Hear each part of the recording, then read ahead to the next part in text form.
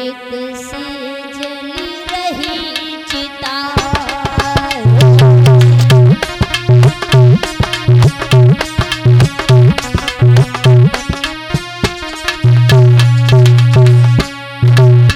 देखिए पेड़ एक ही लगा हुआ है, उस पर डाली है, उसी पेड़ में डाली लगी हुई है।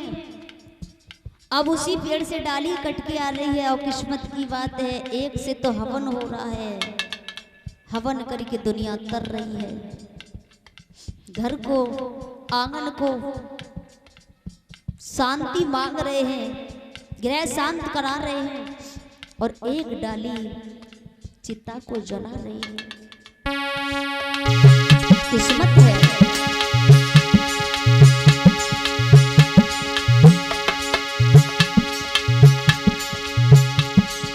और बताया है एक पत्थर के दो ही टुकड़े, पर किस्मत जुदा जुदा।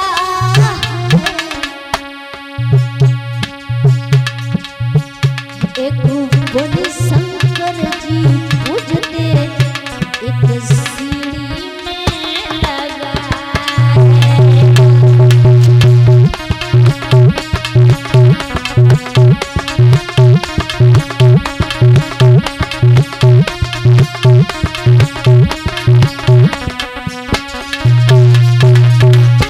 किस्मत है, वही पत्थर है जो मंदिर के अंदर पूज रहे हैं, लोटा चढ़ा रहे हैं, और वही पत्थर है जो सीढ़ियों में लगा दे उस पर चढ़ करके जा रहे हैं। बारी बा किस्मत।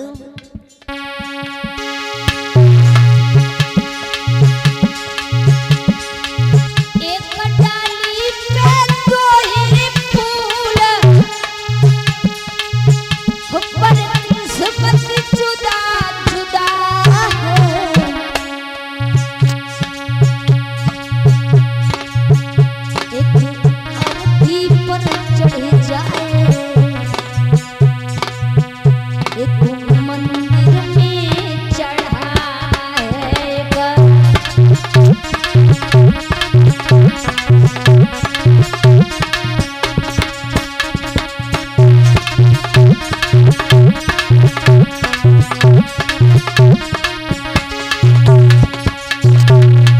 वही डाली से फूल छुटाया, अब वही फूल एक अर्थी पर चढ़ रहा है और एक मंदिर में चढ़ रहा है। वारी वाह किस्मत, तेरे खेल है न्यारे, तेरे खेल है न्यारे, कोई घर पे है तो कोई है दरिया के किनारे। वारी वाह किस्मत। एक राजा के दो ही बेटा, पर किस्मत जुदा जुदा।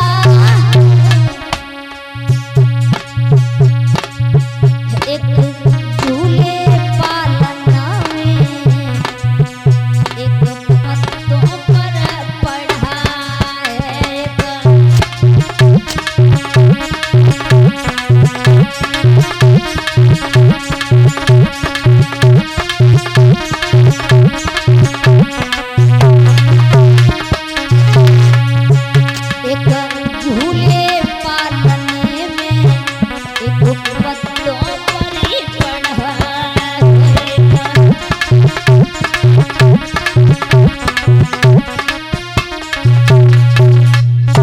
किस्मत की बात होती है। हुए बांदियां लगी हुई हैं, ब्राह्मणों से नामकरण कराए, तो जो सुरची का बेटा था उसका नाम उत्तम कुमार रखा, और सुनीति ने अपने बेटा का नाम स्वयं ध्रुव रख लिया, जो नारद मुनि ने बताया था। दोनों बड़े होने लगे, किसी को कुछ पता नहीं था। तो एक दिन ध्रुव उत्तम कुमार के साथ पिता की कचहरी में पहुंचे। वह उत्तानपाद ने गोदी में उठा लिया, और जैसे उत्तानपाद ने गोदी में उठा लिया है तो ध्यान रखना किसी चुगला ने जा करके और सुरची से कह दिया कि महारानी तुम्हारी बांदी का बेटा तुम्हारे महाराज की गोदी में है, पर ध्यान रखना वक्त शांति बनाए रखे सभी। ध्यान रखना ऐसा इंसान जिंदगी में, ऐसे इंसान से हमेशा दूर बचो। चुगला गांव गांव में होते हैं, चुगला गांव गांव होते हैं। खात कला नटवा को चूके, बाण को पुत्र कवि को तूके।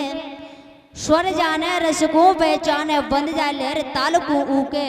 और चूक निशान पैतरा कट जाए, हाथ बंदी रहती बंदूके। हीरा परखत जौरी चूके, स्यार आए गज शर्मुख डूके। गारी खात हजारन मुख पे, दुनिया देश जन्मे तो थूके। और कैसे वराम परोचे, पर नहीं चुगल खूर कबू नाए चूके। काउ चुगला ने जाएगी और चुगले गद्दई महारानी से, पर ध्यान रखना जैसी चुगली की है, गुस्सा में आई सुरछी और ध्रुव के लिए गोदी से पटक दिया और एक बात कही, पूर्व जन्म में थोड़ा भजन कर लेती, पूर्व जन्म में थोड़ा भजन कर लेता तो आज मेरी कोख से होता। बेटा को चोट लगी सो लगी, बात भी लगी। चला आया रोता हुआ, माँ को पूछा, माँ को सारी बात बताई तो माँ ने बात बताई है कि बेटा तुम नहीं जानते हो, वो तुम्हारे पिता नहीं हैं जिनके बारे में आप सोच रहे हो, वो तुम्हारे पिता नहीं है बेटा। माँ कहने लगी है, गुण शब्द पूजनते पितृवंशो निरर्थका और वासुदेव नवस्यंत वसुदेव ना मानवा। बेटा गुणों की सर्वत्र पूजा होती है, ना कि पितृवंश की। सभी जन वासुदेव को नमन करते हैं, वसुदेव को नहीं बेटा। सबके पिता जगत पिता है, उनकी शरण में जाइए और तब कहीं कष्ट दूर होंगे। बेटा चरण छू करके खड़ा हो गया, तप करने को चल दिया। माँ ने बहुत तेरा समझाया, रोका, बेटा तू कहाँ जा रहा है, कोमल कोमल चरण है, अच्छा बनाऊंगी, अच्छा खिलाऊंगी, अच्छा पहनाऊंगी। ध्रुव ने कहा, माँ जब तक भगवान के दर्शन नहीं कर लेता, भगवान की गोदी में नहीं बैठ लेता, और तब तक मैं माँ खाने की छोड़ो में पानी भी नहीं पीऊंगा। और बेटा इतनी बात कह करके चला है तो माँ ने मजबूर होकर के आशीर्वाद दे दिया और कहा कि बेटा तू जाना चाहता है तो जा लाला, पर बेटा मैं तेरे बिगर कैसे रहूंगी। जी बच्चे बहुत शोर मचा रहे हैं, पीले अंगोछा वाले क्या करते हो आप? जब शोर मचाते तो जो बच्चे शोर नहीं मचाएंगे, आप लोग नहीं बैठते, एक जगह पे बैठ जाओ, जो शोर मचाओ उसे बैठा लो। बाकी के लोग खड़े क्यों? जगह नहीं है आपको बैठने के लिए। आप ही जब नहीं बैठोगे तो बच्चे नहीं बैठेंगे, जब आप बैठ जाओगे तो बच्चा भी नहीं उठेंगे। आप इन्हें बैठा लो, आप खुद घूम रहे, शोर मचा रहे, पलंग देख रहे कि कोई उसे धक्का मारता, कोई उसे धक्का मारता।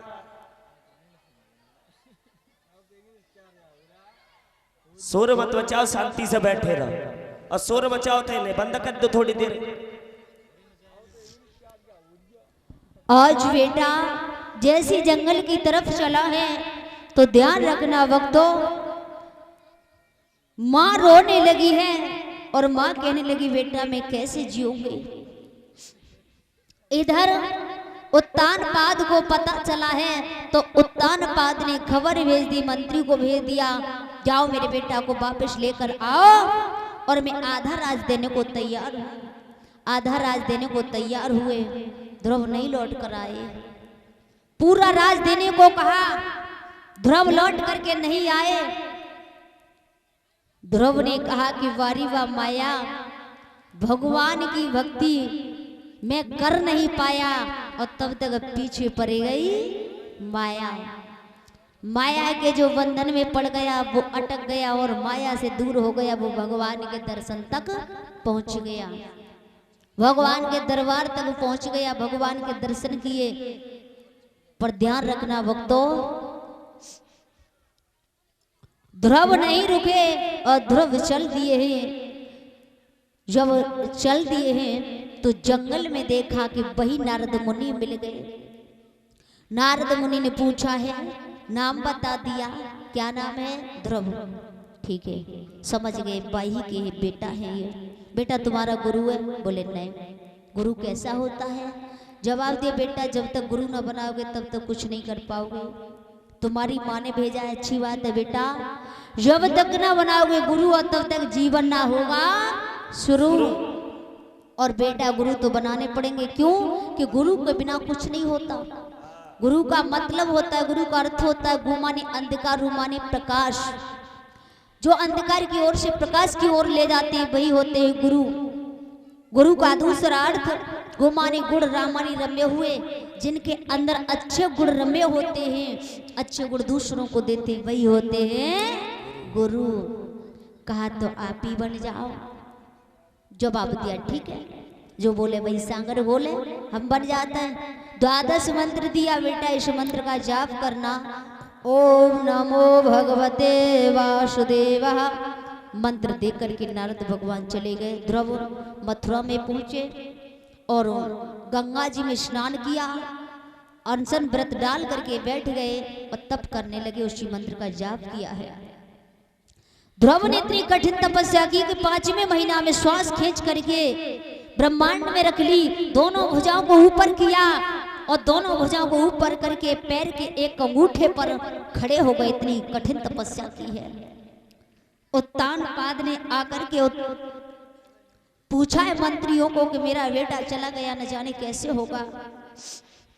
नारद भगवान ने बता दिया, आकर तुम्हारा बेटा तपस्या कर रहा है।